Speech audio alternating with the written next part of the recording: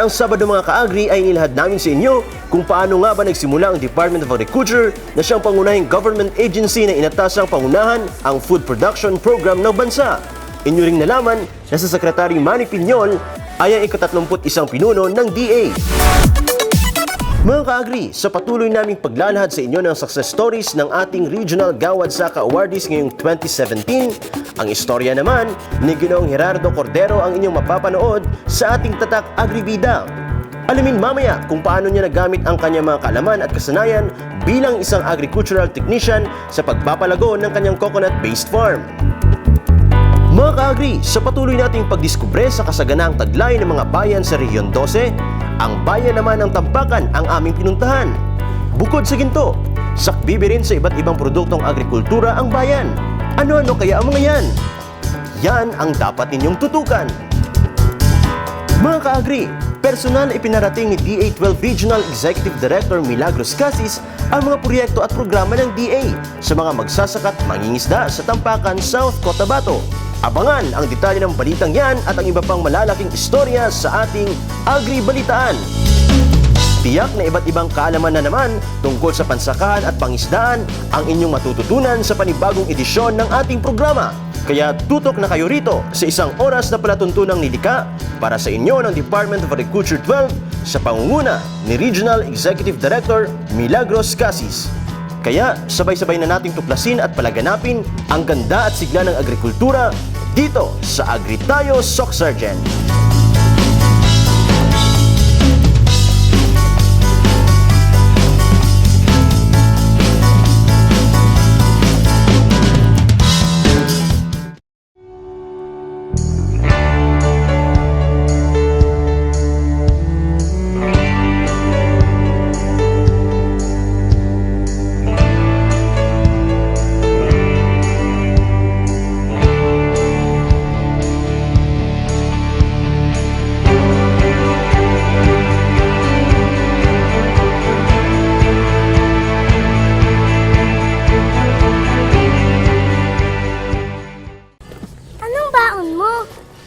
Meron akong cookies, juice, at chips.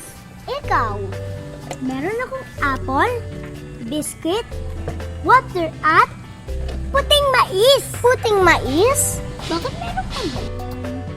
Sabi kasi ni Mami, ang puting mais ay sagana sa nutrisyon. At nagbibigay sa akin ng energy. Pagod na ako.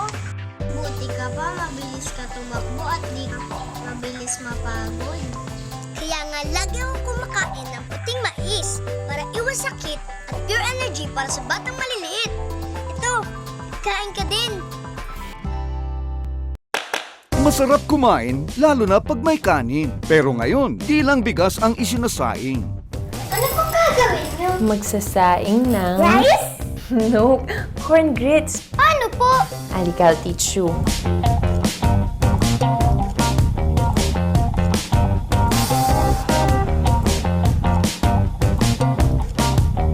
Kain na!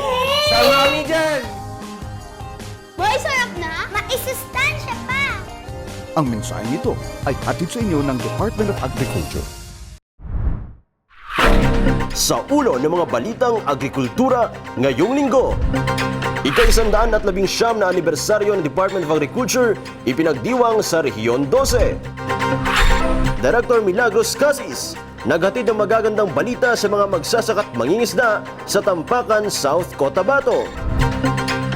PRDP RPCO 12 binigyang kalaman ang mga lokal na opisyal ng MLANG tungkol sa Philippine Rural Development Project. At Production Loan Easy Access Program, inilunsad na ng Department of Agriculture.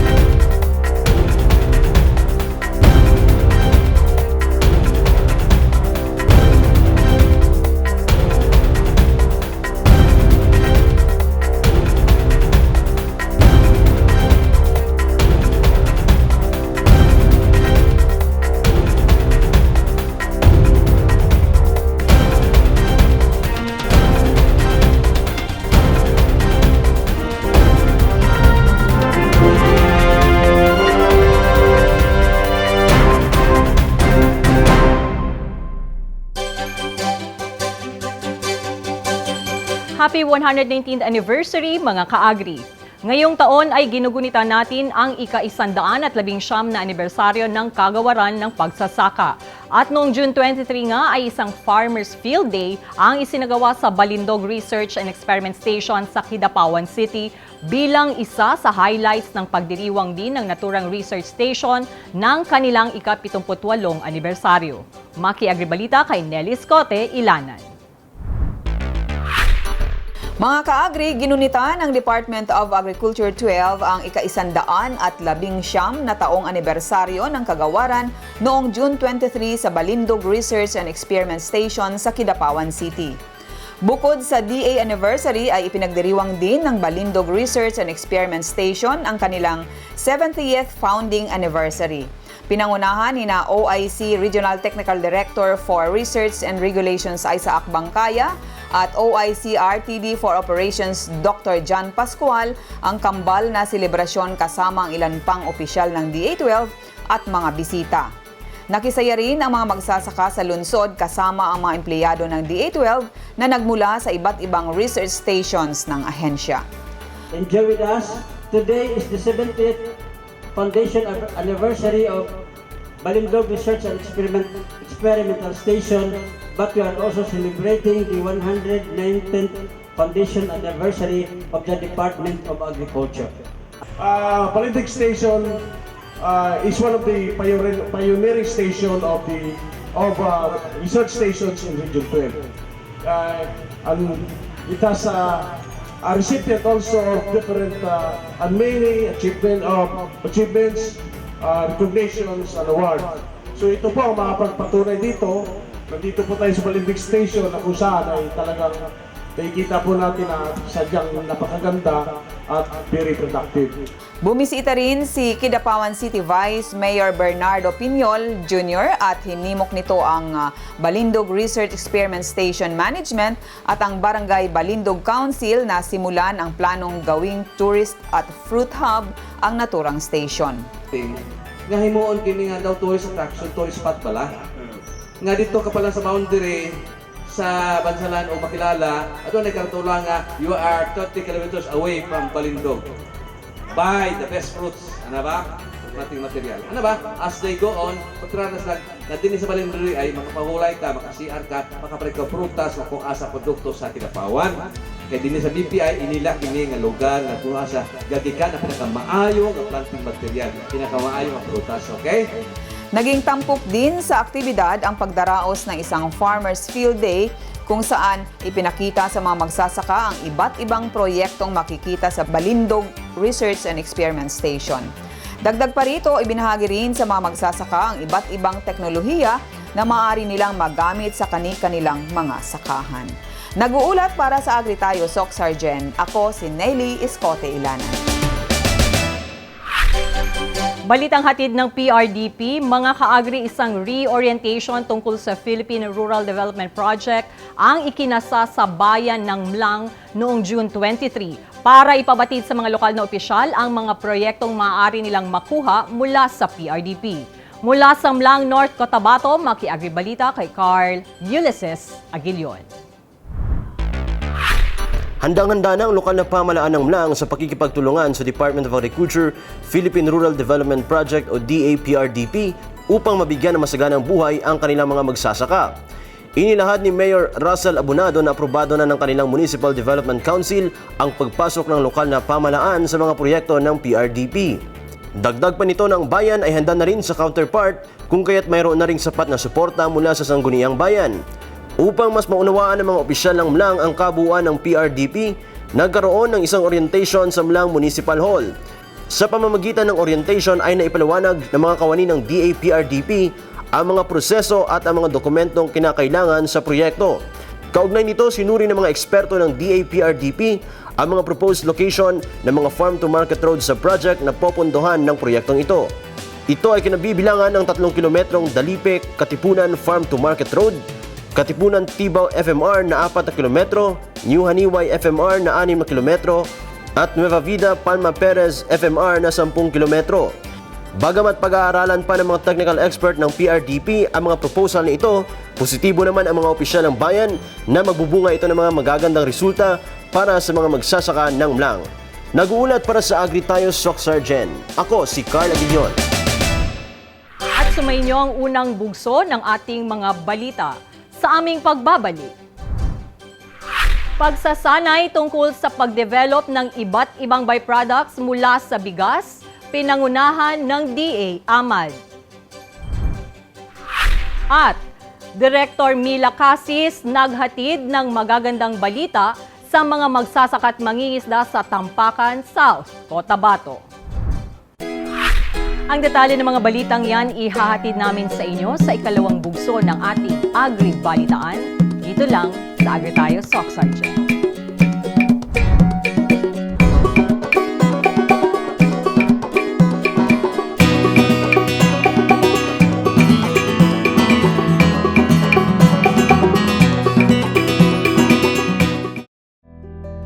Bakit marami pa rin sa ating mga Pilipino ang may problema sa nutrisyon? Marami mga bata at kababaihan ang anemic. May mga kulang o sobra sa timbang, o kaya'y nababansot. May mga may diabetes, hypertension, sakit sa puso, sakit sa baga, cancer. Laganap pa rin ang malnutrisyon at mga non-communicable diseases sa ating bansa.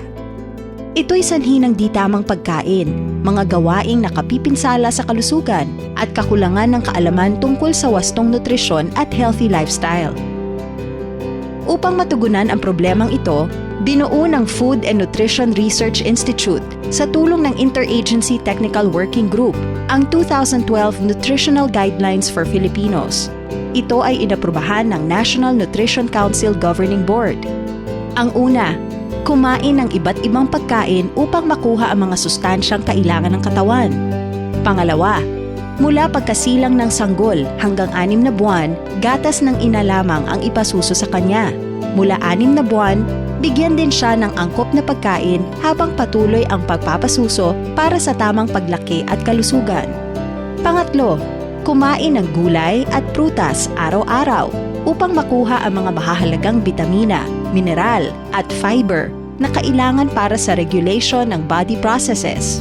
Pang-apat, kumain ng isda, karne, manok, itlog at butong gulay para sa paglaki at sa pagkumpuni ng body tissues. Panlima, uminom ng gatas at kumain ng pagkaing mayaman sa calcium, gaya ng maliliit na isda at shellfish araw-araw para sa matibay na buto at ngipin. Pang-anim, tiyaking malinis at ligtas ang ating pagkain at tubig para maiwasan ang diarrhea at iba pang mga sakit na dala ng kontaminadong tubig at pagkain. Pampito, gumamit ng iodized salt para iwas sa iodine deficiency disorders.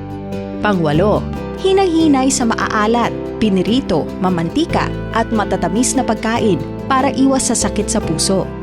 Pangsyam, panatilihin ang tamang timbang, kumain ng tama at mag-ehersisyo para mapangalagaan ang kalusugan at maiwasang tumaba.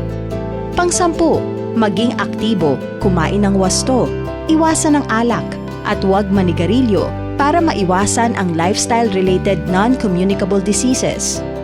Mahalagang ang mga guidelines na ito ay maibahagi sa mga Pilipino, lalo na sa mga care providers ng tahanan, mga ina, o kung sino man ang namamahala ng pagkain at kalusugan ng pamilya. Para mas tumatak sa isip nating mga Pinoy ang nutritional guidelines, ito ay pinaikli at binansagang 10 Kumainments.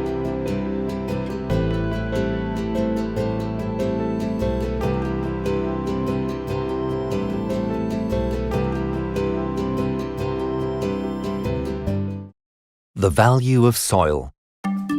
Soil is wonderful. Well, of course, we live on it. And if it is fertile, it can produce marvelous things. Fertile soil puts food on our plate. But the number of plates is growing, and more meat ends up on these plates. And part of what we previously put on our plates, we now put into our petrol tanks. This again requires more fertile soil. Productive land is becoming scarce. In 1960, there was still almost half a hectare of farmland for every person on Earth. In 2020, there will be only around a third of that left. Consequently, even unsuitable land is being turned into farmland. No wonder land grabbing is on the rise. Fertile soil is precious, but instead of looking after it, we try to extract the maximum yield from it. But overusing land or cultivating unsuitable land leads to soil degradation. We need healthy soil to produce crops and timber and store and purify water. Soil provides us and our environment with important ecosystem services. Degraded soil makes us vulnerable.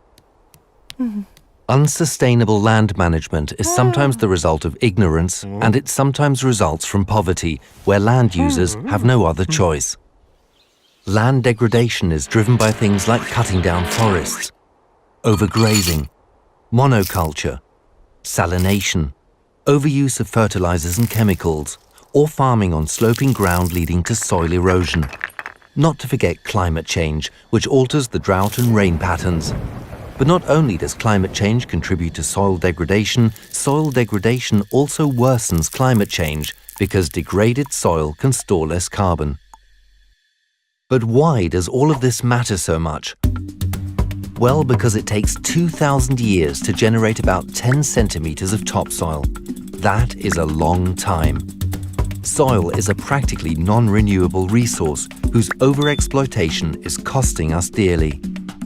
For example, Niger loses approximately 8% of its gross domestic product to overgrazing and excessive salinity in rice paddy fields. Solving these problems through sustainable land management would save 2/3 of this money. Globally, soil degradation is an expensive business. Already it costs every person on Earth $70 each year, which in total is about $490 billion. To this, one needs to add the indirect costs of environmental and humanitarian disasters, such as water shortages, yield shortfalls, or dust storms. The consequence is damage to health, forced migration, famine, and eventually conflict. But how can we prevent this?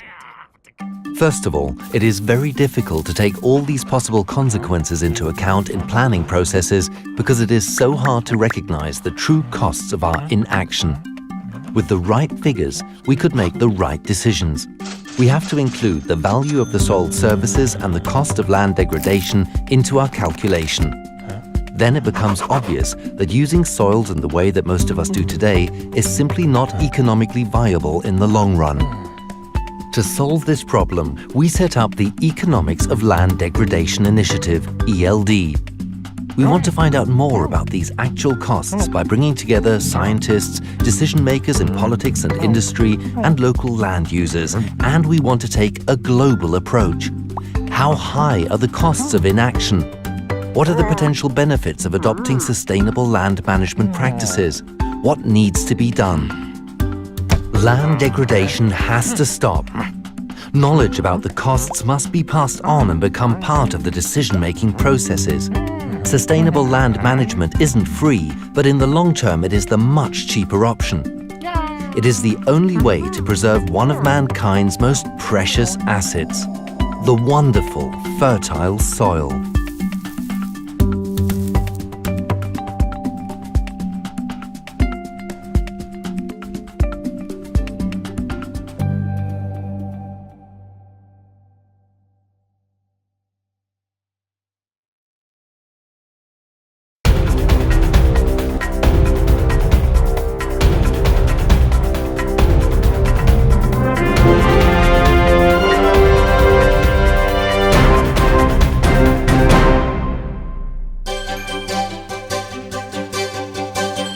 Sa pagpapatuloy ng ating Agri Balitaan, mga ka-Agri, hinimok ni Department of Agriculture 12 Regional Executive Director Milagros Casis ang mga magsasaka at mangingisda sa Tampakan na huwag mahiyang lumapit sa ahensya upang madagdagan pa ang iba't ibang proyektong ibinigay sa bayan.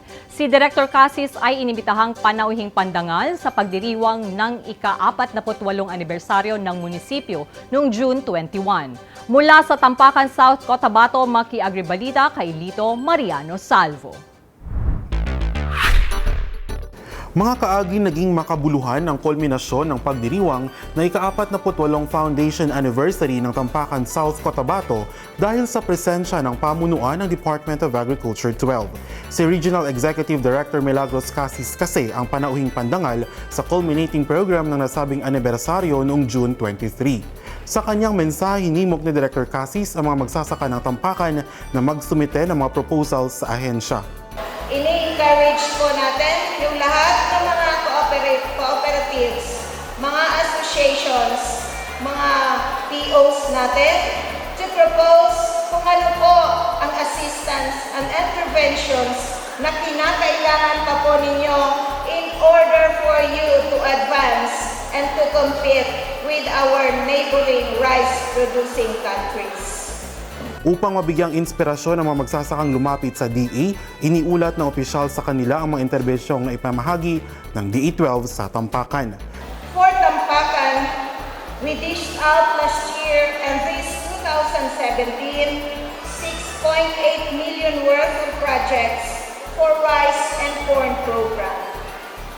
These assistance packages include a farm tractor with complete implements, mobile corn mill to the samahan ng kababaihang magsasaka ng Liberty, to name a few. Binigyang diin din ni Director Casis na sa pamamagitan ng pag-access ng mga magsasaka sa mga proyekto ng DA, mas tataas pang antas ng produksyon ng pagkain sa bayan. Sa pamamagitan po ng mga intervensyong ito, tiyak ang pag-angat ng mga magsasaka sa inyong bayan, lalong-lalo na sa pagpapataas ng kanilang produksyon. Pinaalala rin ng direktor ang matibay ng partnership ng lokal na pamahalaan ng nasabing bayan at ng DA dahil sa Philippine Rural Development Project o PRDP. The Philippine Rural Development Project or PRDP, which is a 6-year project between the Philippine government and the World Bank and the municipal local government unit of Tampakan, already partnered in the construction of potable water system in Barangay Lampita. We also hope that the 4 infrastructure projects by your leaders to PRDP will be given out by our national office so that we can provide easy road access for our farmers in the rural areas. Hinikayat din ito ang mga mamamayan ng Tampakan na pagtuunan ng pansin ang pagdiskubre sa kanilang unique identity upang mas lalo pang makilala ang Tampakan. Sa nakalipas na 48 taon, alam kong marami na pong nararating at mararating ang ating bayan. Ngunit, hamon ko po ngayong umaga, nararapat din po na sa isipin natin ang maglalagay sa atin sa mapa o sa ating bagay po na magiging kilala po ang Tampakan in the next 48 years. In this way, our people will have a unified goal to attain and eventually contribute in nation building. The rest will just follow. Puno naman ng pasasalamat si Mayor Leonardo Escobillo sa DA-12 dahil sa patuloy na pagbuhos ng proyekto sa bayan sa kanyang State of the Municipality Address. Nag-uulat para sa Agri tayo SOCCSKSARGEN. Ako si Lito Mariano Salvo.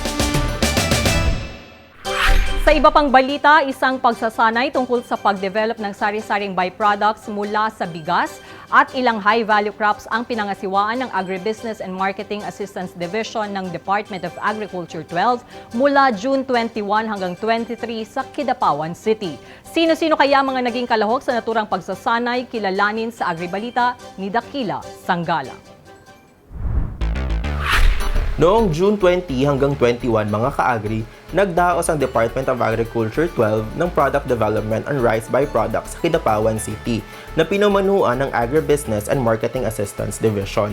Ang 2 araw na pagsasanay ay dinaluhan ng mga magsasaka at mga kababaihang miyembro ng Rural Improvement Clubs mula sa South Cotabato at Sarangani. Ito ay may layuning magbigay ng posibleng tulong na pwedeng ibigay ng DA12 sa mga interesadong agri-entrepreneur. Layunin din ito na magbigay ng dagdag kaalaman sa iba't ibang produktong pwedeng gawin mula sa bigas bilang dagdag kita bukod sa pagtatanim ng palay. So ito is parang dagdag kaalaman ito sa ating mga farmers and other agripreneurs na gustong mag-engage into business. So hindi lamang sa pagtatanim ng palay, kundi para madagdagan pa yung kaalaman nila, paano pa madagdagan yung kita nila, no? Hindi lang yun sa pagtatanim ng palay, kundi sa pag-develop pa, no, ng ibang byproducts ng rice. Tinuruan ng mga partisipante ni Marigold Concepcion ang food technologies ng DA12 kung paano gumawa ng wine, sabon at snack bars mula sa bigas. Bumisita naman sa pangalawang araw ang mga taga-Department of Trade and Industry na nagbigay ng lecture tungkol sa proper food handling at product packaging. Nagpapasalamat ang mga dumalo dahil dito ay may mga natutunan silang pwede nilang maituro sa kanilang kasamahan upang maging dagdag kita na rin para sa kanila. So nagpapasalamat kami sa Agri SOCCSKSARGEN, mga staff at sa mga trainer at maging sa mga nakasama namin sa training dahil pag uwi namin ay talagang naisipan namin na maibahagi namin sa aming mga kapwa kababaihan sa aming pong lugar. So maraming salamat sa lahat at lalong-lalo na sa staff ng training na ito sa Department of Agriculture Region 12, AMAD. Noong June 22 hanggang 23, idinaos naman ang kahalintulad na pagsasanay sa ikalawang batch mula naman sa probinsya ng Sultan Kudarat at North Cotabato. Nag-uulat para sa Agri tayo SOCCSKSARGEN, ako si Dakila Sanggalang.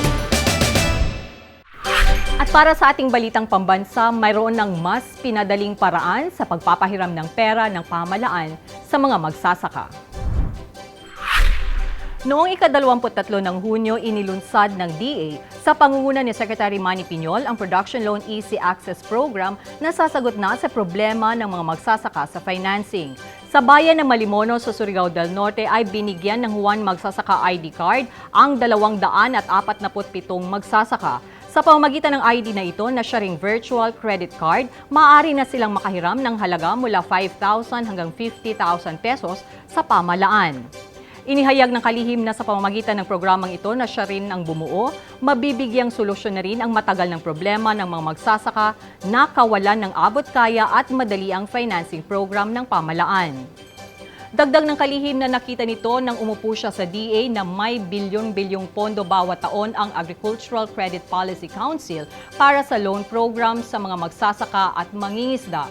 Ngunit wala itong mandato na direktang magre-release ng pondo kung kaya't idinadaan ang loan program sa mga conduits kagaya na lamang ng Land Bank at mga Rural Bank na may mga rekomendasyon. Sa kaugnay na balita, nakakuha na kaagad ng suporta ang PLEA program sa Senado para sa 50 billion portfolio nito sa susunod na taon. Sila ay sina Senate President Aquilino Coco Pimentel III at ang Chair ng Senate Finance Committee na si Senadora Loren Legarda. Sa Facebook post ni Secretary Manny Piñol, kinumpirma nito na nakipag-usap siya sa dalawang leader at nagpakita ang mga ito ng suporta upang magkaroon ng mas malaking pondo pa para sa implementasyon ng nasabing programa. At sumayin niyo mga balitang agrikultura ngayong linggo. Diyan lamang kayo mga ka-agri dahil magbabalik pa ang Agri tayo SOCCSKSARGEN.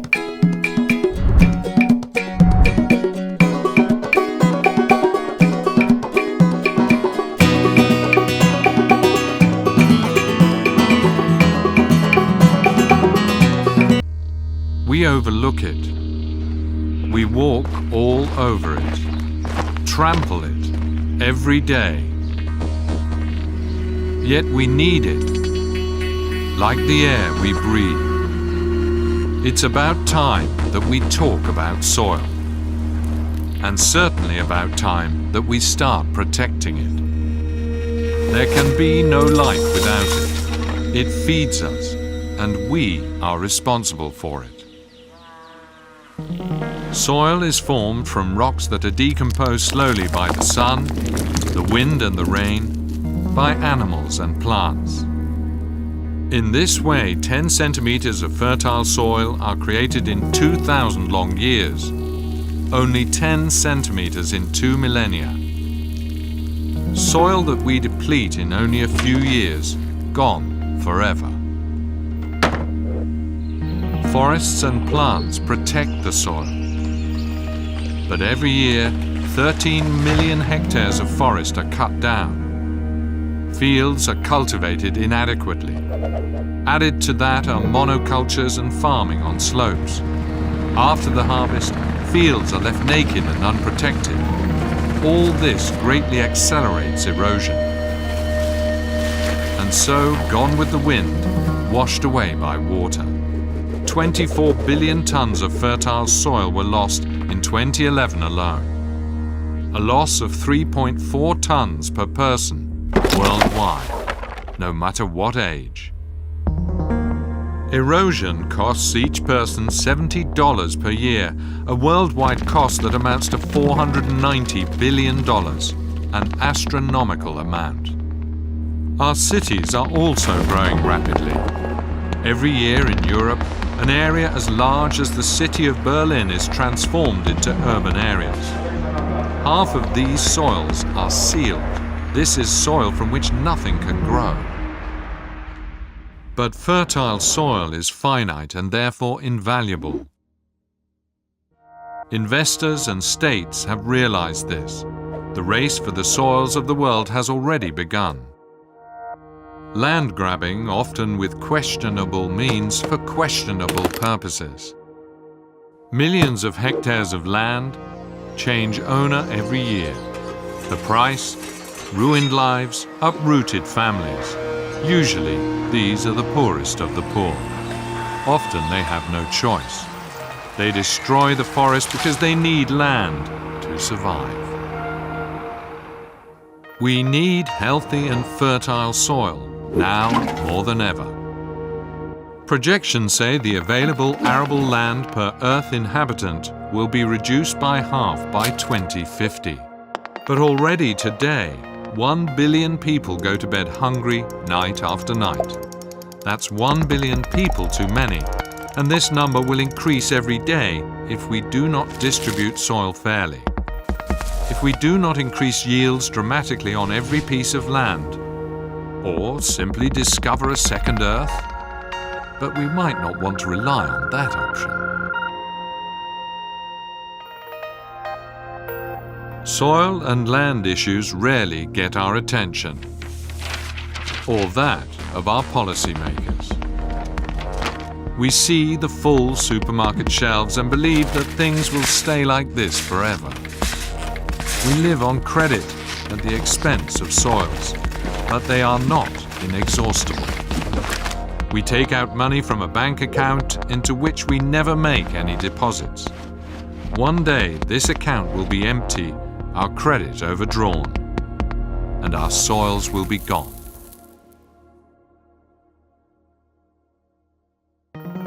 But there is good news. We have long known what we must do in order to preserve soils for our children. Let's remember, soil is a sensitive living being who wants to be taken care of. It is not a factory. Everyone has a right to soil. This right must be safeguarded by the law. And we cannot afford to bury our livelihood under a layer of asphalt. Now it's up to us. We must open our eyes and find ways to apply our knowledge, so we don't end up losing the ground under our feet.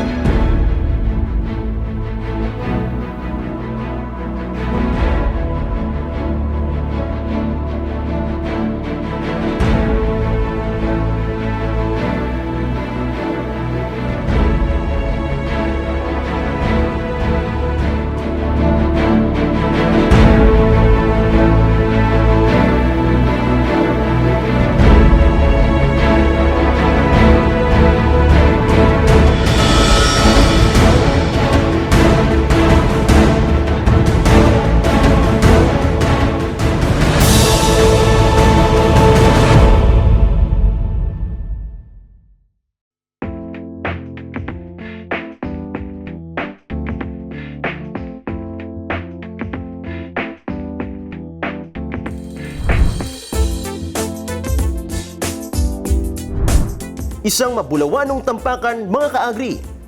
Ang bayan ng Tampakan ay galing sa katutubong salita na tampaken, na ang ibig sabihin ay bukal. Ito ay dahil maraming bukal ang makikita rito. Ang Tampakan ay kabilang sa 10 munisipalidad ng lalawigan ng South Cotabato.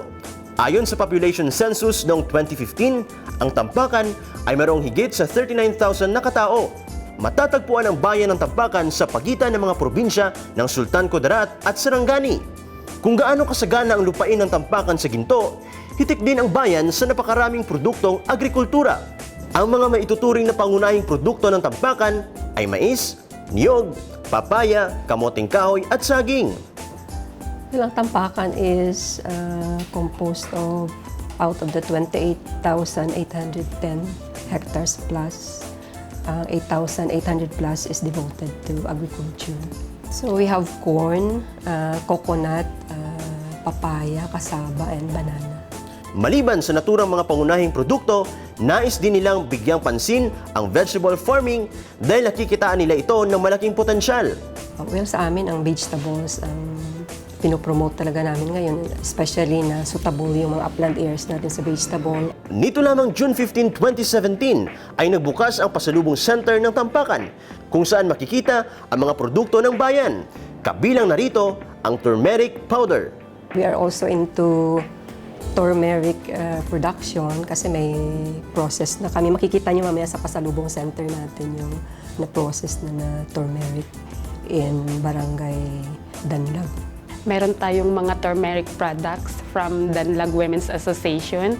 Meron din tayong mga nito products from Lambayong ng Tribal po. Yung pinakamabinta natin yung mga herbal products, yung turmeric, at saka yung calamansi concentrate natin, yung mga zero sugar na mga banana cracker.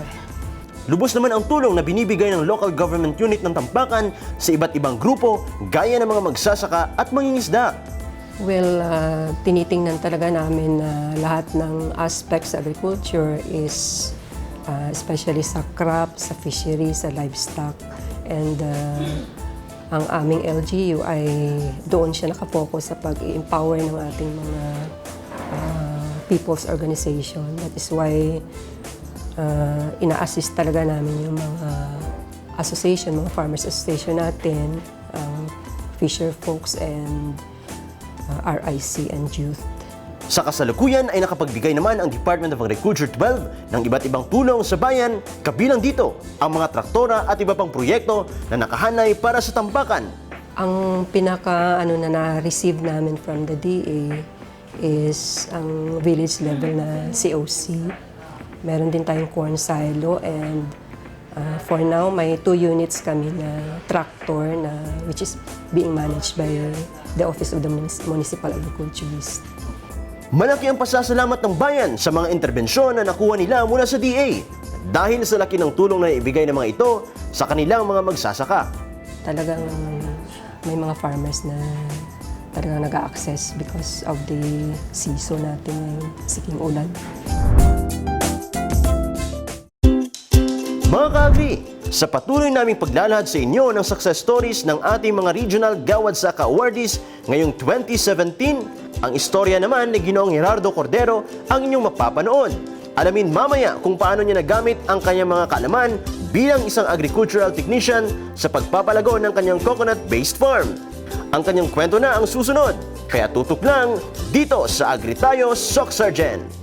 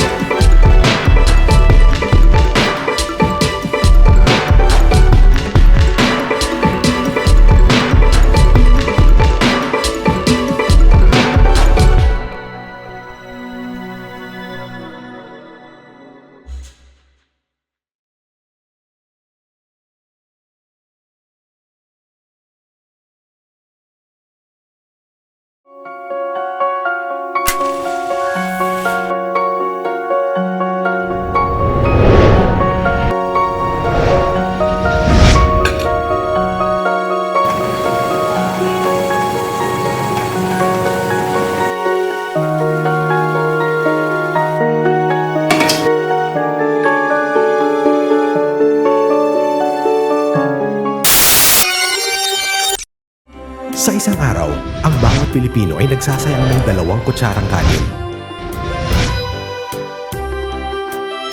Katumbas ng mahigit na 1.7 million kilos kada taon na kayang magpakain ng 2.7 million Filipinos.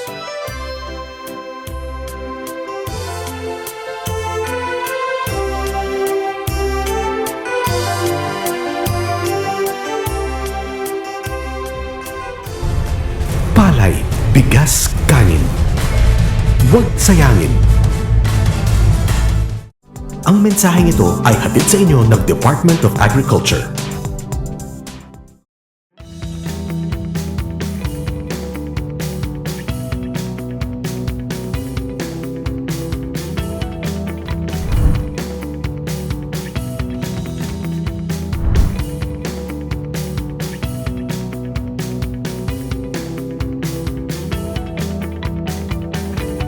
It adds my life. Kasi kung nakikita mo yung tanim, masaya ka, di ba? Lalo na't maraming bunga. So parang wala ka ng sakit. Ako si Gerardo C. Cordero, ang outstanding cocoa beans farmer ng Region 12. Ako ay 60 years old sa ngayon, no? So, meron akong 4 na anak, no? Sa isang asawa. Ayun.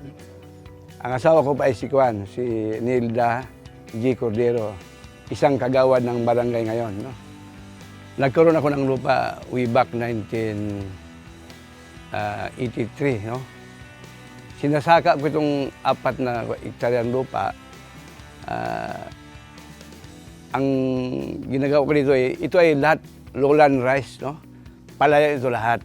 So, naisip-isip ko, nung after 17 years, naisip-isip ko na, naglakbay-lakbay kami ng kuhan, naglakbay-aral.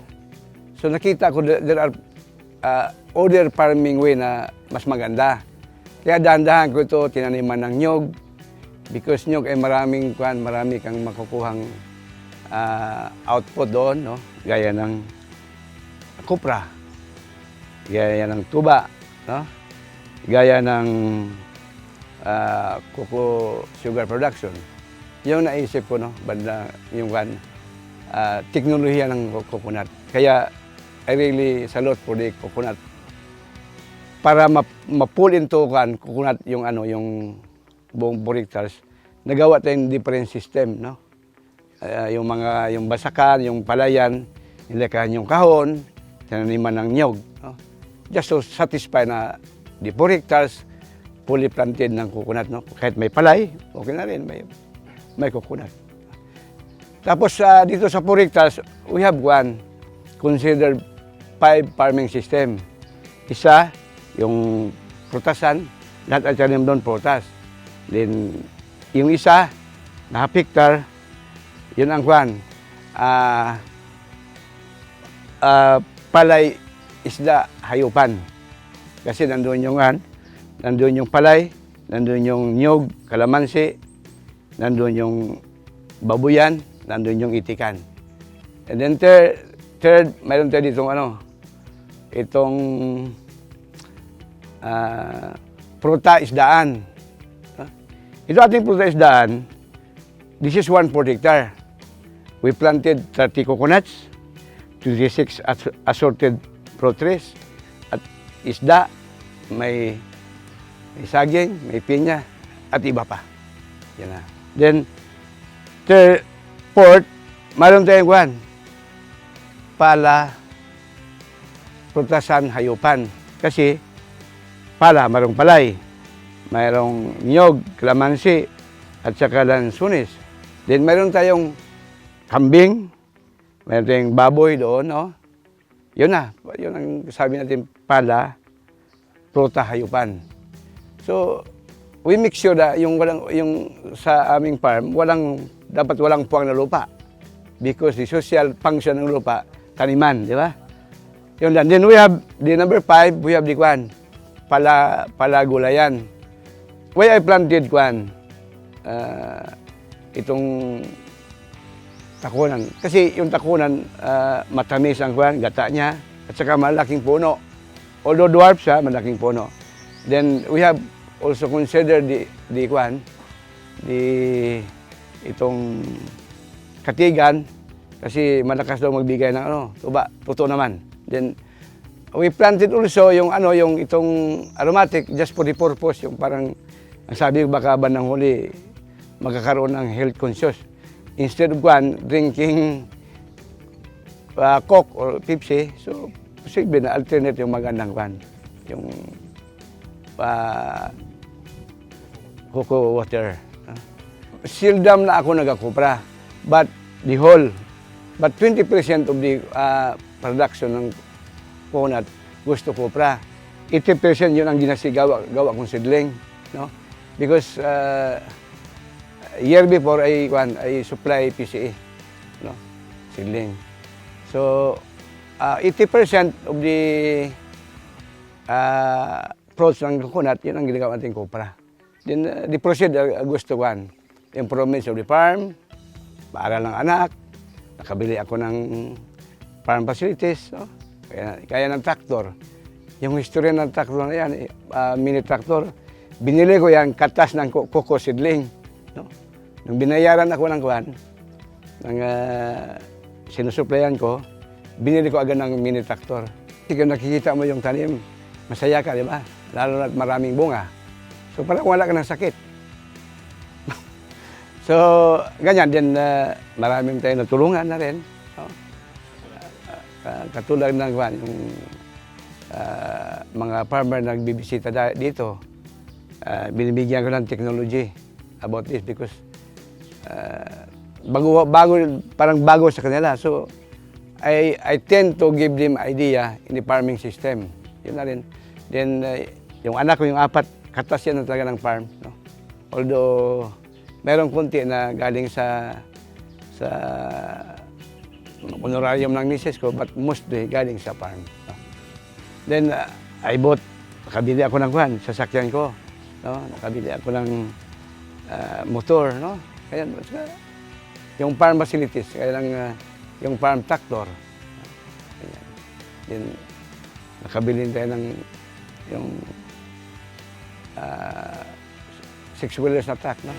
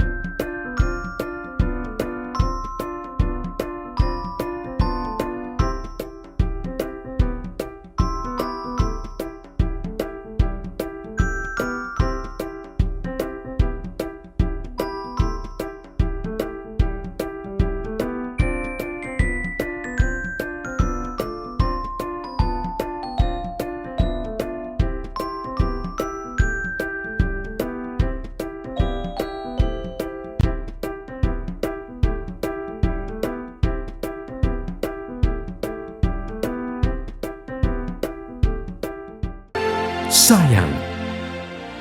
Sayang.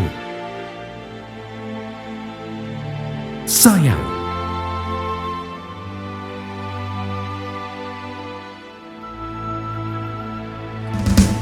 Madami sanang nakikinabang kapag walang nasasayang.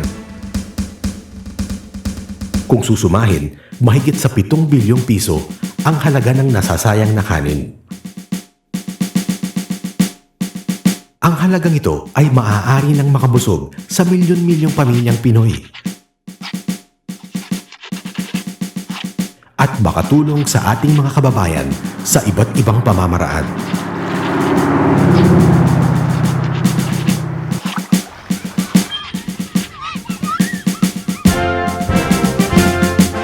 Sama-sama tayong lahat. Palay, bigas, kanin, huwag sayangin upang marami ang makakain. Ano ba ang mga mabuting gawin upang hindi nasasayang ang palay, bigas at kanin? Hugasan ta siya, hugasan ta imbukas, pag-ugos, para wayroon malugpas. Pag-asag ta sin tuwig, hibalik ta siya para lomsin tungkang, batway maugpas. Ginaobra ko, ginapasampaw na sila kanon bala. Hinahinay kita ba siya para nag-aras manadaman sayo? Pang kita magluwag bihang palay, subay tiyo-tiyo bihayan, ba't daw wayroong malugpas, bang so pa kita mabaya pa kumaon, kita magbalik, palay ta, magsuno, sumuno. Bali, ubuso ay magtigang gani, kan charon lang ang pag-insakto lang kanya maubos ang tanan ng pamilya. El arroz ya kusi kita na de anoche, bien mucho kayo, pwede ko kita kasi fried rice. Kuha ka lang isang kaon mo nga sakto lang sa pinggan.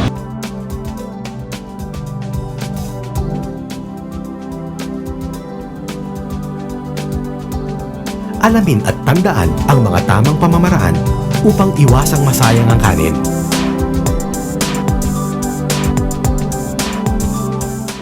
Palay, bigas, kanin, huwag sayangin upang marami ang makakain.